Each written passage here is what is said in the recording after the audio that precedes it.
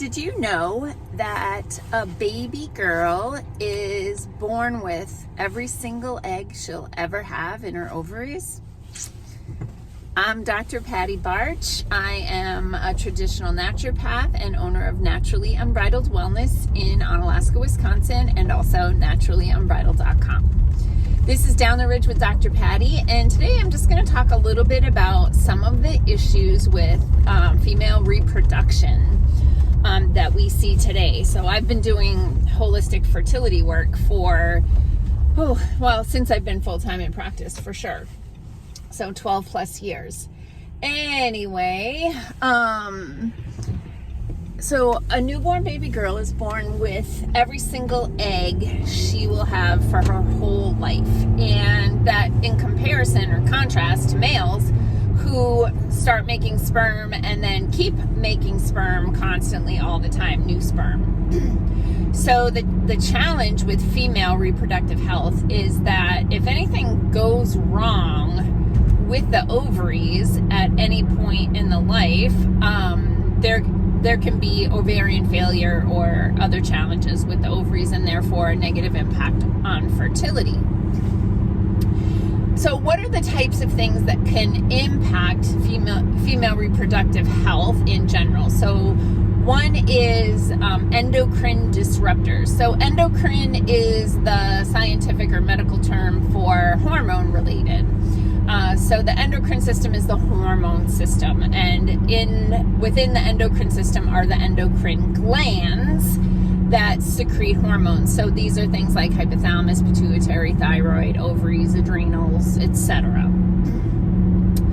Endocrine disruptors are molecules that interfere with the function of the endocrine system. So either negatively impacting the functionality of the endocrine system by blocking a receptor or mimicking a hormone. It's called molecular mimicry. So it could be something that isn't exactly the hormone, but it's shaped like the hormone, so it fits in the receptor of the cell, so it gets in there and it blocks the actual hormone from being able to get into the cell and do its job. Endocrine disruptors are rampant in today's society. So you can go ahead and do any kind of internet search for a list of endocrine disruptors.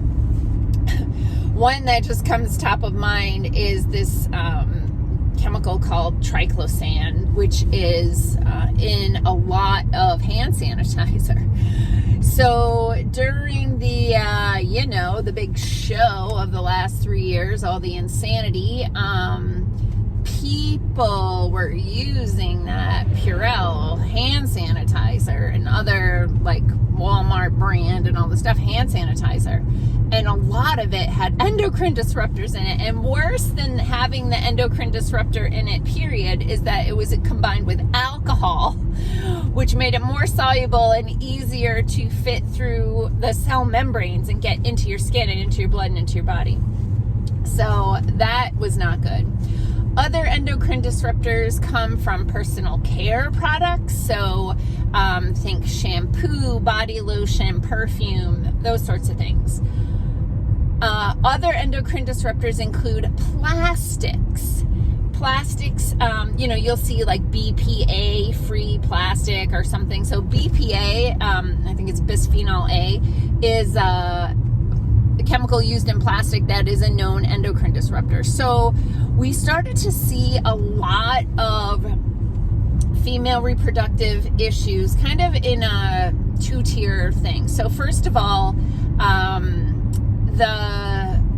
the babies that started with like the plastic sippy cups and a plastic, all the plastic that was going in the mouth of babies, all the plastic toys way back when were not BPA free.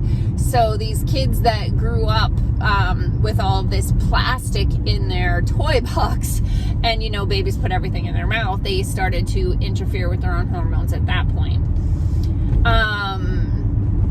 And then, the other thing is, what a cute little corgi dog. The other thing is, I'm trying to say this without saying it, because of like the things you're not allowed to say, but there is this thing that years ago they used to just give to girls around puberty age. So they would give in 3 times in the shoulder.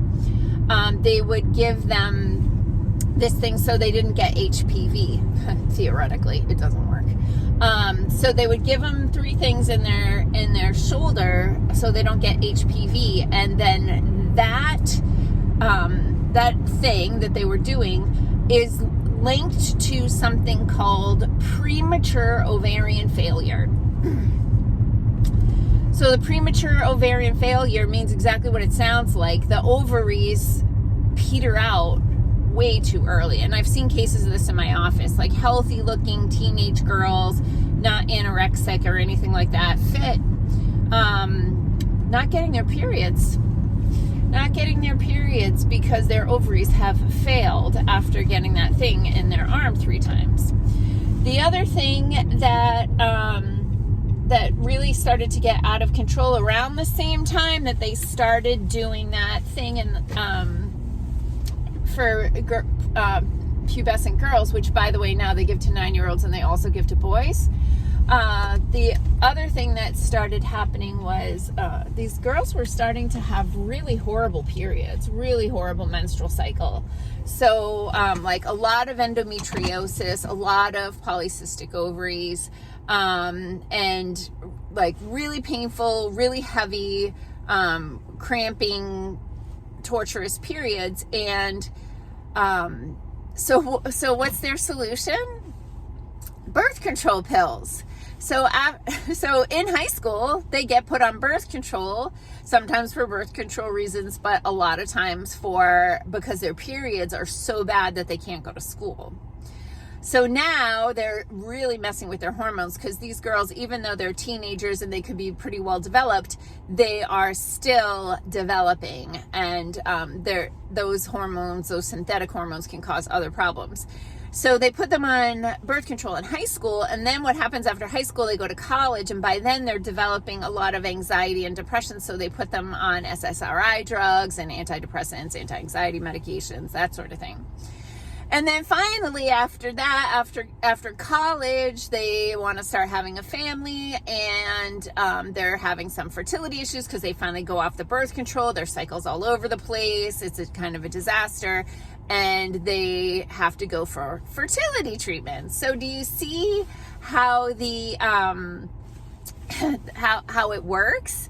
Start with a 9-year-old, put some things in their arm that will negatively impact the ovaries. By the time they're into puberty and they're getting their periods are so horrible that they put them on another pharmaceutical product. They put them on birth control, and because the birth control jacks up their mind, they put them on SSRI drugs or antidepressant, anti-anxiety, and then eventually they put them on fertility drugs, which, oh, by the way, those antidepressant, anti-anxiety medications are highly addictive and contraindicated for pregnancy.